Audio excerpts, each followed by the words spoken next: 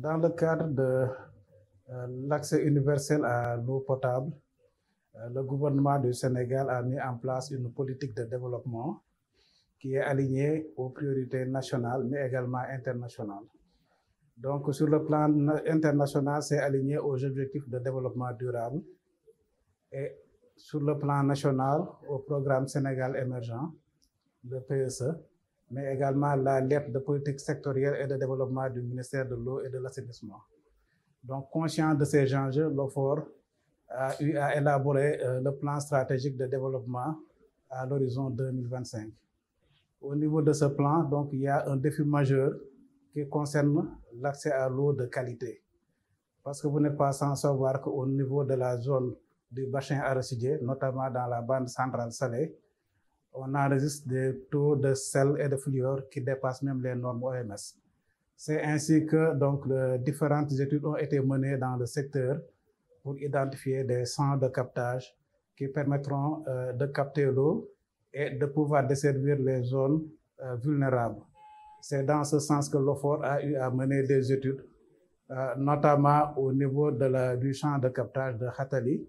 que nous avons soumis au Forum mondial de l'eau en labellisation et qui a été accordé. Et l'objectif de ces études-là est de regarder la potentialité de la zone pour pouvoir raccorder les localités qui sont dans les régions de Louga, les régions de Diourbel et Fatick. Et donc, au finish, ça devra toucher à peu près plus de 600 000 personnes qui avaient quand même des problèmes d'approvisionnement en eau, surtout de qualité. Donc, aujourd'hui, on a réalisé les études d'avant-projet sommaire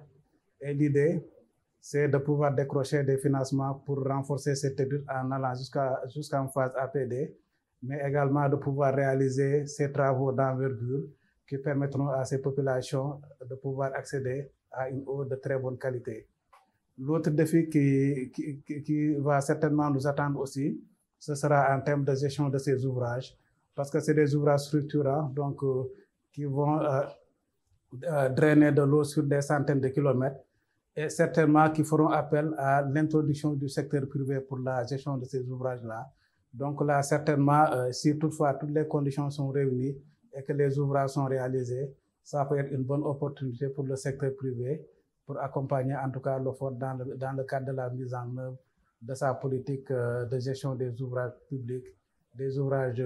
et qui passe normalement à travers des contrats d'affermage que nous avons initiés depuis 2015